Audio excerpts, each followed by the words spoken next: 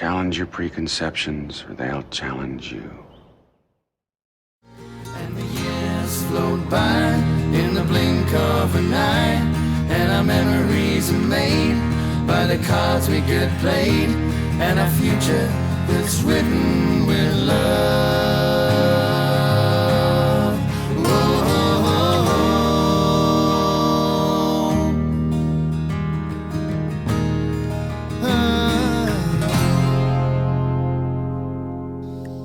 Welcome back to my channel. Good to see you. It's a very special video this time, a very quick one because just a quick announcement, but so often these things go past, these little themed months, and I don't always act on them straight away, and halfway through the month I think I should have done something like this, but actually I'm right here at the start of the month.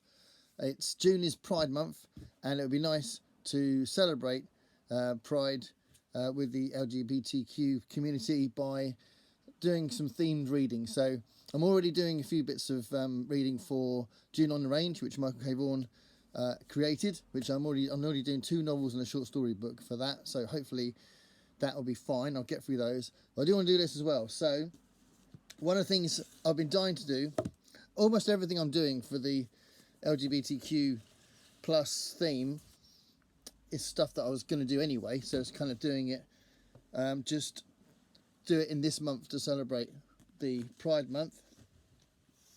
So one of the things that I've been dying to do, and I've only just got the last book, is celebrate the Wayfarer series, Becky Chambers' 4-book series, which started with The Long Way to a Small Angry Planet, which was massively applauded when it came out for absolutely the right reasons. I haven't done any kind of video on any of these books yet because I was going to wait till I'd read all 4, and then I was going to do a special video on the whole series. At the time I was thinking I'd do one on all 3 because the 4th one hadn't come out at the time, but it's taken me that long to read them that there's now a 4th one. So the second one, oh no, I have actually mentioned this second one, the Close and Common Orbit, which is my favourite one so far of the 4 of them. I mentioned that in the different the different subgenres of science fiction, tropes of science fiction, that kind of thing. I did that, and I mentioned this when I talked about AI, because there's a cracking AI character in it. And then the third book is the Record of a Spaceborn. The third book is this Record of a Spaceborn Few, which I think is actually the weakest of the 3 so far, but that's a high bar anyway. So even if it's a little bit weaker, it's fantastic because she has got such a brilliant way of writing, and I'd say quite a unique way of writing as well. So I'm going to be reading the 4th one, The Galaxy and the Ground Within. So I'm really dying to read this.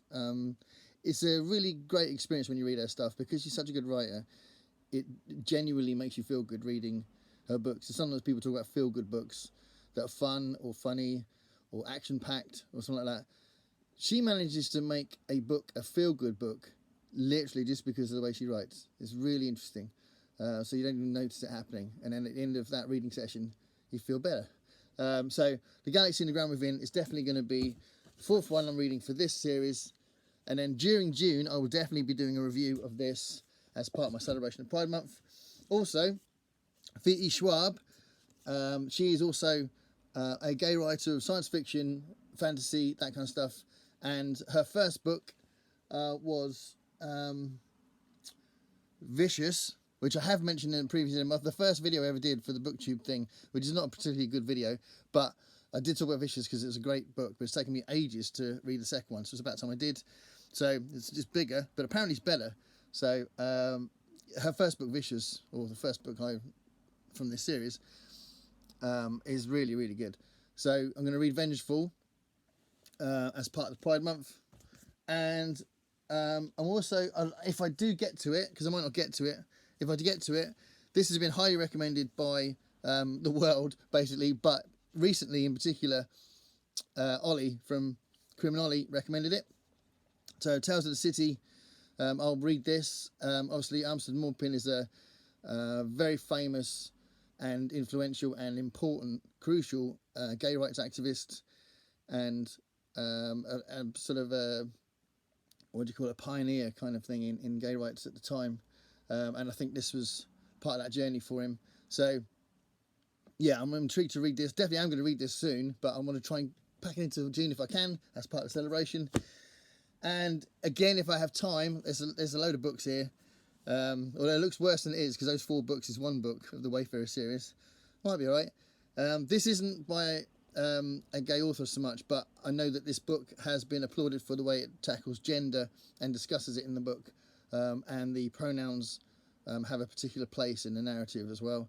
So this could be good, and again, it's been highly applauded. Lots of people have raved about it, and it's won many awards. But one of the awards it won was the I